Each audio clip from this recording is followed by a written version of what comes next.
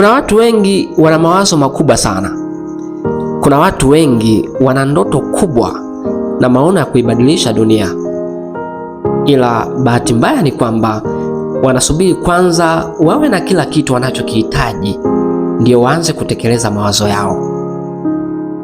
Wanasubiri wawe na mitaji mikubwa, wanasubiri wawe na ofisi nzuri, wanasubiri wawe na elimu kubwa na maarifa ya kutosha. Na wapo wengine wanasubiri kila mtu alikubali wazo lao. Ona, anza na ulichonacho ili kupata unachokitaka. Kuna ndoto za watu wengi zimezikwa katika makaburi kwa sababu hawakuchukua hatua mapema. Bahati mbaya ni kwamba hakuna siku katika maisha yako itatokea kuwa kila kitu kipo sawa ndio uanze kufanyia kazi wazo lako.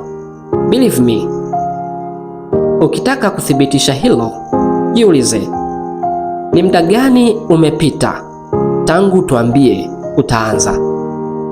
Yawezekana huu ni mwaka wa 3 bado unatuambia utaanza. Ona, vitu vingi katika maisha yako vinasubiri uchukue hatua moja tu ili maisha yako yabadilike kabisa. Acha uoga na ondoa hofu ndani yako.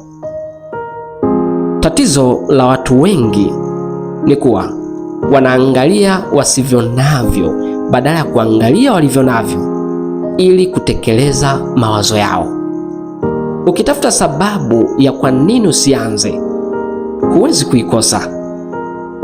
Hivi, umeshawahi kujiuliza, kama bosi wako angelipuzia wazo lake la kuanzisha kampuni hiyo unayofanyia kazi, si ajabu leo hii usingekuwa katika ofisi hiyo.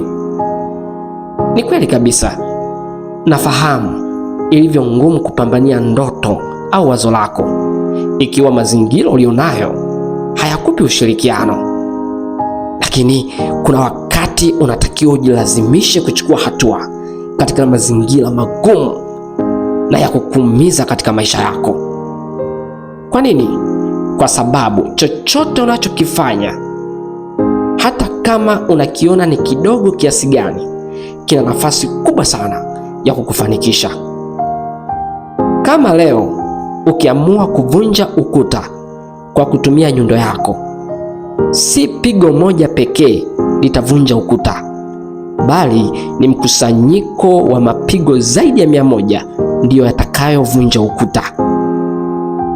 Huwezi kuwa unayemtaka kama hauna moyo mgumu wa kuhimili hatua ngumu kwenye maisha yako.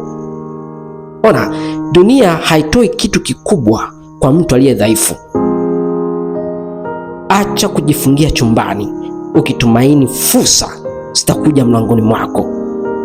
Kumbuka, usije ukasahau, fursa zinatafutwa na fursa zinatengenezwa. Iko hivi, kila eneo lina fursa. Tatizo ni kwamba hatujajifunza kuziona fursa wala kujiandaa kukutana na fursa. Watu wengi hawajui kuwa katika matatizo wanayoyapitia pia kuna fursa. Ukiugua ni fursa kwa daktari. Ukipata kesi ya kusingiziwa ni fursa kwa mwanasheria. Kumbuka, ulivyo leo ni matokeo ya maamuzi uliyowahi kuyachukua katika kipindi chako cha nyuma. Hii ina maana gani? Hii ina maana ukianza kuwa na mtazamo mpya kuhusu maisha yako, kila kitu kinabadilika. Ona, tumia akili yako kuanza, tumia nguvu zako kuanza, tumia maono yako kuanza, na tumia huduma yako kuanza.